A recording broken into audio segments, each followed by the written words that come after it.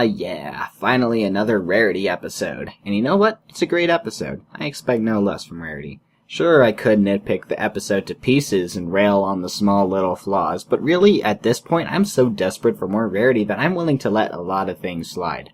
Oh, I know. See that sign?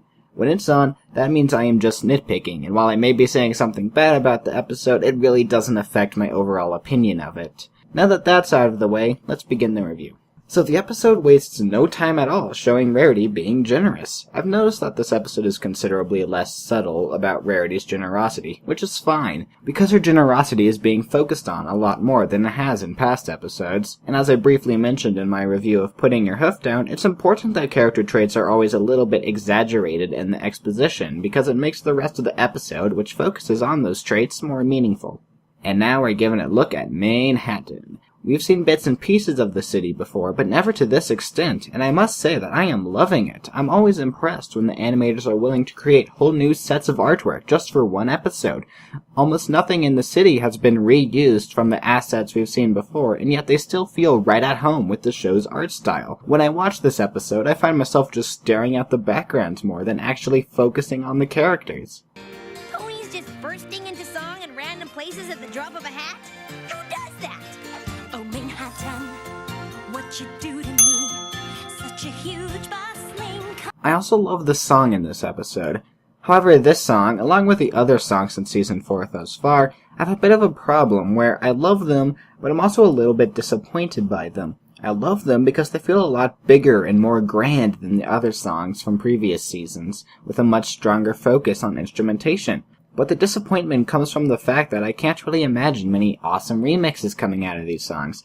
The instrumentation in older seasons has always been much more generic sounding, which leaves people with a lot of room to improvise and come up with some really neat things and new styles. I don't really see this happening with the much more themed and complete songs in Season 4. Of course, Brony musicians have always surprised me before, and this might encourage the production of more original songs, which would be great. I don't know, Rarity. The last Smile Patrol I saw didn't go over so well. Not likely. She can get in line like the rest of us, he said, talking to royalty. So this is a problem we all saw coming in Season 4. No one seems to recognize that Twilight is a princess now. Although I guess the alternative to this problem would be to just have every pony constantly bowing to her all the time, which would get much more annoying than this will ever be, so I'm willing to not let it bother me.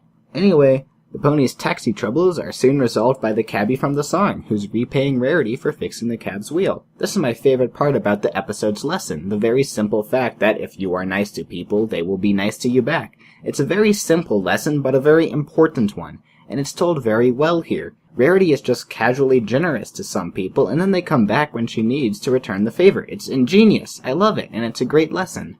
But the lesson's not even over yet. What happens when someone takes advantage of your generosity, as is bound to happen at times? Well, Rarity's solution was to go off the deep end and make a bunch of adorable facial expressions. And while I love funny faces and great voice acting, I can't help but feel that Rarity throwing her friends under the bus the way she did was a bit unwarranted. Friendship magic! I'm not sure I like where this is going. Now, I love the occasional meta joke as much as the next guy. I just hope it doesn't become a common thing. I don't want this show to turn into Adventure Time, where it's just so wrapped up in its own meta-ness that you're just left wondering what you're even watching. Anyway, this conflict between Rarity and her friends just kind of solves itself when it turns out that her friends didn't mean to miss the fashion show and actually did not harbor any resentment against Rarity. At first I didn't like how the conflict just sort of ends there, but then I realized that's really just another lesson. Last night we may not have seen you at your best, but we know you, and we would never let one thing like that change how we feel about you. And you know what? That's a great lesson too. Friends should be able to just let things slide sometimes. Yeah, you were pretty rotten. Wow, Applejack. I know your thing is honesty, but come on! Yeah, I always wanted the show to reference the characters' elements of harmony outside of season premieres and finales, but now that they finally did it just kind of leaves a bad taste in my mouth. I don't know. I mean, this joke is funny, sure, but it still feels kind of forced and just awkward. Oh yeah, everyone's talking about this new pony, Coco Pummel. Personally, I don't think there's much to say about her. I mean, call me when she comes back in a later episode, then we'll talk. Something more interesting than Coco, though, is the spool of thread that Coco gives to Rarity. It did a weird thing at the very end of the episode. You know, just like all the other episodes in Season 4. The writers better be going somewhere with all these ending gags. At this point, I'm thinking that these could really make or break the whole season. Season 4 could either be known as the season where the show just descended into random irrelevance and everything just kind of stopped making sense, or it could be the season with the huge story arc across the whole season and everything makes so much sense and it's all totally awesome. So hopefully these things at the end are going somewhere, otherwise I'd think they're just there to keep us paying attention through the lesson. About the lesson. Remember when I said that I didn't like the idea of the lessons returning in the diary and Castlemania? Well, I've changed my mind. I'm quite happy with how the writers are managing the lessons, and the one in this episode in particular just felt like a really satisfying way to wrap up the episode. In conclusion, while I could nitpick the story apart and point out all the flaws in it, I simply can't ignore this episode's presentation. The music, voice acting, animation, and artwork are all top-notch, and they make the episode more than worthwhile no matter how bad the story may be. But the story isn't even bad, it's actually quite good. Thanks for watching.